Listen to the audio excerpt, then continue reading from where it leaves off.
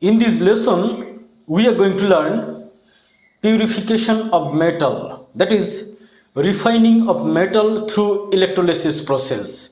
Suppose this is impure copper metal. It contains copper and some impurities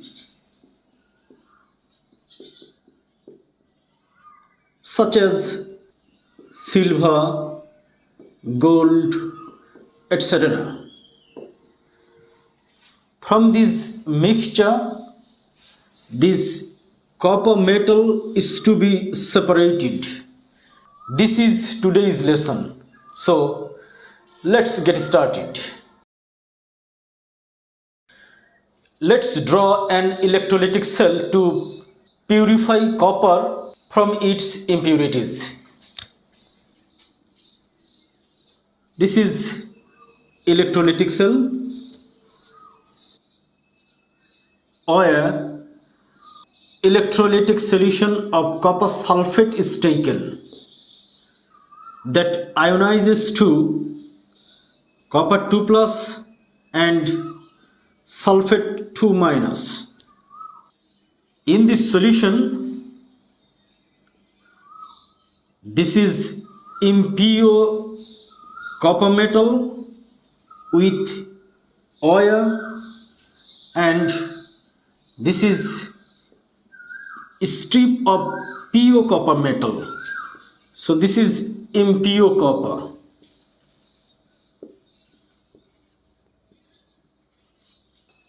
And this is pure copper. This impure copper must be used as anode. Anode is positively charged. And pure copper must be used as cathode. Cathode is negatively charged. Impure copper is anode. And pure copper is cathode.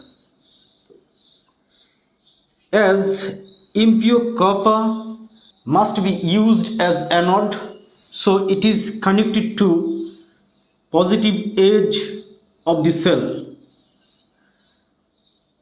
and pure copper is connected to negative end of the cell. Short bar indicates negative end of the cell and a long bar indicates positive edge of the cell. So this is positively charged anode because it is connected to positive edge of the cell, and this is negatively charged pure copper. It is connected to negative edge of the cell. So here one point is impure copper must be used as anode to purify it, and copper sulfate solution is taken as electrolytic solution. When the circuit is completed, then reactions will happen. First of all, let's see reactions at the cathode.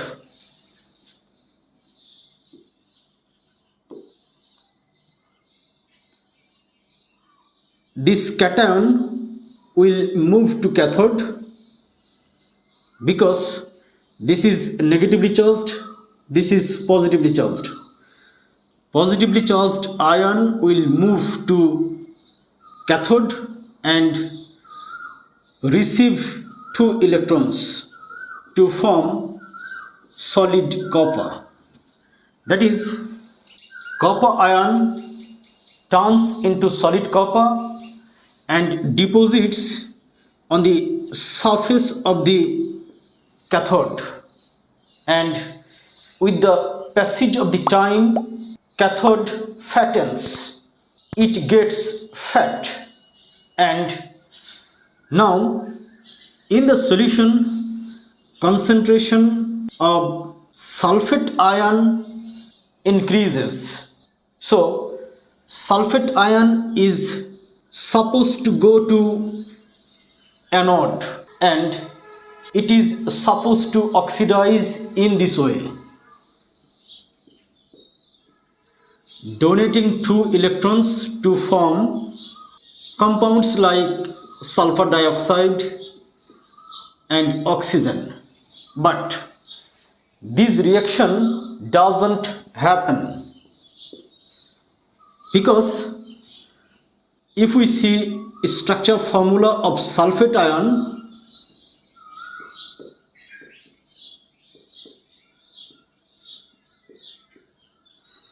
we see that firstly oxidation number of sulfur is +6. This is very high oxidation number, and here there are 2 electronegative atoms oxygen present, electronegativity 3.5.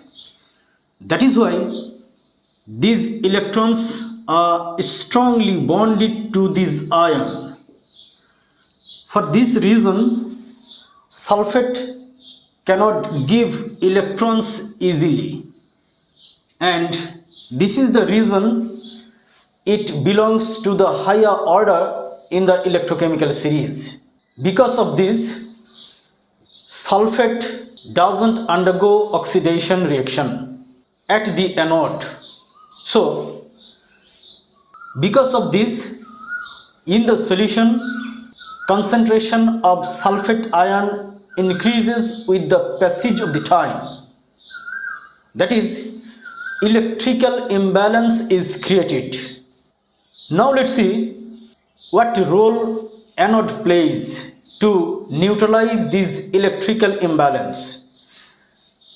Now, reactions at anode. Anode, that is mixture of copper and impurities. Here, copper turns into copper 2 plus and 2 electrons, leaving 2 electrons in the impure copper bar. Copper 2 plus ions go to the solution in this way, copper 2 plus ion. Thus, electrical imbalance is neutralized, and again this copper 2 plus ion move to cathode, receiving 2 electrons, turns into solid copper. That is, again copper deposits on the surface of the cathode. In this way, cathode becomes fat with the passage of the time and anode gradually decays. This process continues up to the last atom of copper in this impure copper bar.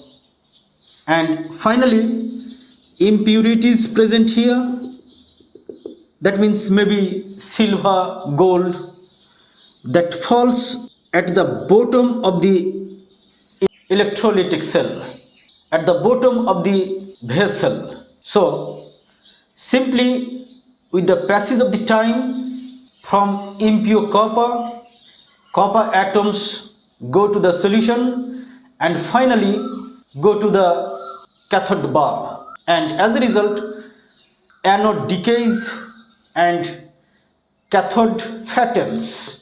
In this way, copper is refined from the impurities. This is all about refining of copper, that means purification of copper through electrolysis process. Thank you very much.